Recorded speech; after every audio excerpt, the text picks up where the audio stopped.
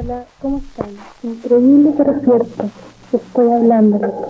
Son las 4 de la tarde del sábado 18 de marzo. Hace poco se cayeron de manera masiva Instagram, WhatsApp y Facebook, y la sensación que tuve me hizo recordar a cuando era niño y se cortaba la luz, y como no podíamos ver tele ni usar el Super Nintendo, con la familia jugábamos algún juego de mesa o cartas, o incluso alguien leía un libro a la luz de las velas. Y esto me hace pensar en cuánto dependemos de las redes sociales para comunicarnos y de cómo damos por sentado de que esta forma de comunicación inmediata siempre va a estar ahí. De hecho, yo uso un montón los audios del WhatsApp, y para quienes vivimos la instauración de la telefonía móvil en el mercado y del desarrollo de los smartphones, esto parece tecnología de punta. Pero, ¿qué pasa si les digo que un precedente a la tecnología de los audios del WhatsApp existe desde la década de los 40 básicamente, y que en vez de utilizar internet y utilizar teléfonos, lo que se utilizaban eran discos, básicamente discos de vinilo?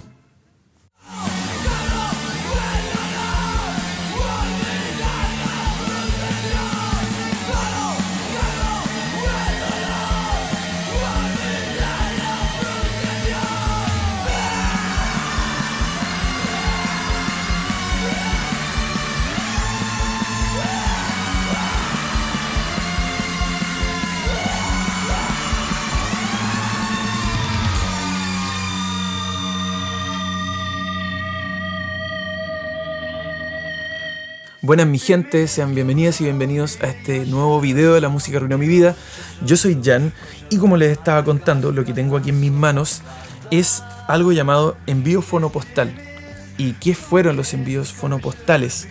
En este caso, como les mencionaba también, tienen la misma base, la misma idea que los audios del WhatsApp. ¿Por qué? Porque esto es un disco, como pueden ver, que contenía audio, o sea, contenía normalmente la voz de una persona con un mensaje enviado para que otra persona la recibiera.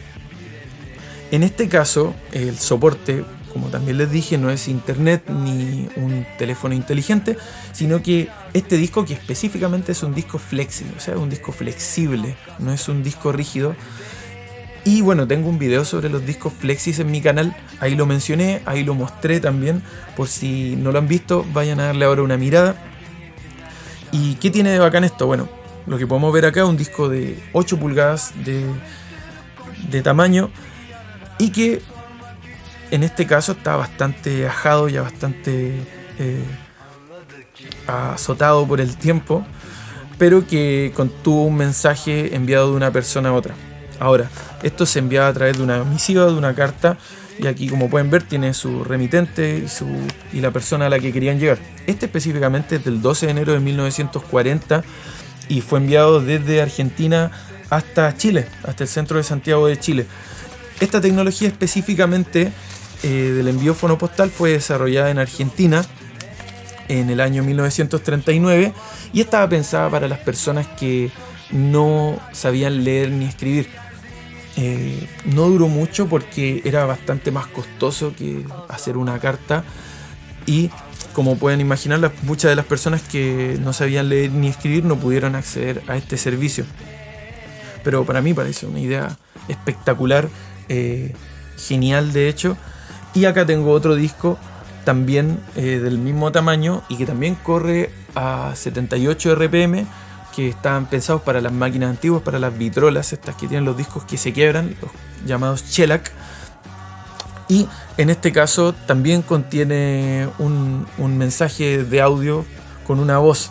Ahora, este disco está grabado solo por un lado, y muchas veces el servicio constaba en que enviabas la grabación por un lado y la persona te contestaba grabando el mismo disco, pero por el otro lado. Lo interesante es que existieron cabinas para grabar en la Argentina y muchas personas hicieron canciones también, o sea, era una forma más como una triquiñuela, una pillería de ir a grabar sin pasar por estudios, sin pasar por por un productor ni por una prensa de discos, porque estos discos están grabados de a uno. Significa que en una máquina se ponía un disco, casi un disco virgen, y se grababa a medida que la persona iba narrando, iba hablando. Por lo que los surcos no son muy profundos, no estaba pensado para durar, ni tampoco para hacer una grabación de alta fidelidad.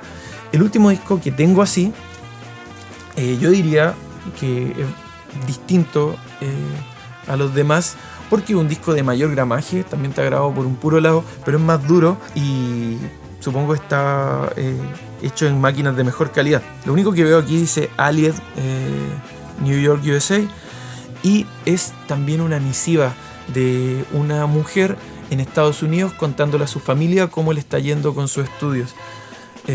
Este disco es más pequeño, me atrevería a decir que es de 7 pulgadas, y también está bastante dañado por el tiempo. La tecnología de grabación directa es bastante interesante porque era muy costosa.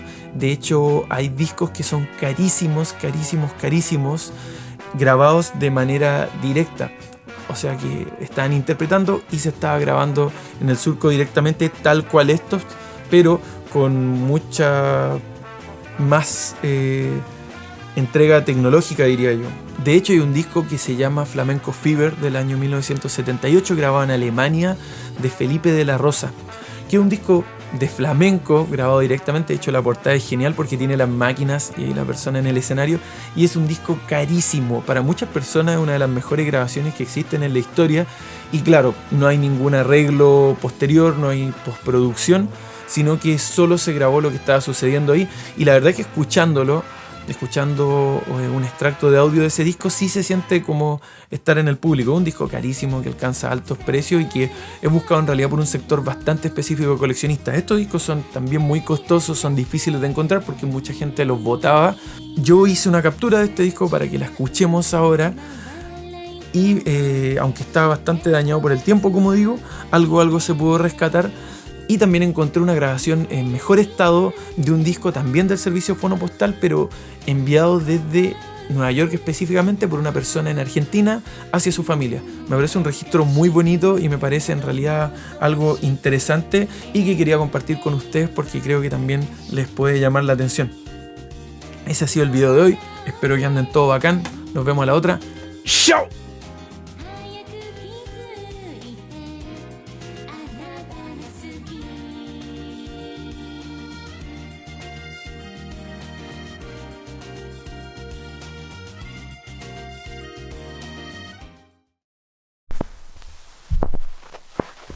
Hola, ¿cómo están? Increíble pero cierto, estoy hablándoles. Son las 4 de la tarde del sábado 18 de marzo. Me estoy escribiendo lo que me van a grabar hoy en la noche en la comunidad del templo masónico. Es difícil escribir y poderles contar todo lo que he hecho en 5 minutos. En el colegio hemos mejorado bastante. Ahora es más lo que puedo comprender. En inglés estamos leyendo el Quijote. La profesora está muy contenta conmigo por lo que he aportado a la clase. El 30 de marzo me voy de vacaciones. Voy a Washington, Pensilvania, New York, Virginia, Carolina del Norte, al sur. Creo que va a ser una inolvidable experiencia. El 26 de junio tenemos la graduación de los estudiantes. Increíble poderles hablar. Quiero que le den mucho, pero muchos cariños a Gina, Mary, papá. Bueno, saludos a todos, muchos besitos, los quiero mucho. This is all.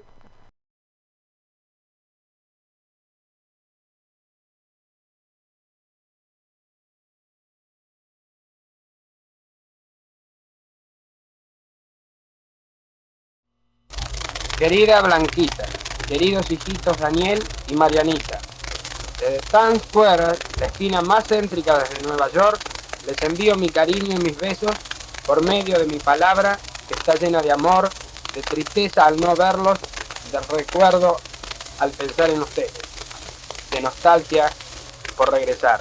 Dani mío, ya tienes tu autito de control remoto. Marianita, tú también tienes tu muñequita. Mi vida, tú también tienes tus cositas. No te digo lo que es, pues quiero que sea una sorpresa. Ya llega la hora de la despedida. Mi amor, un beso muy grande. Daniel y Marianita mía. Muchos besos de tu papito, que mucho les quiere y les extraña. Hasta pronto, hasta muy prontito. Un beso grande, mi amor. Un beso muy grande, mi vida. Hasta siempre, Blanqui mía. Adiós, Daniel y Mariana mía. Chao.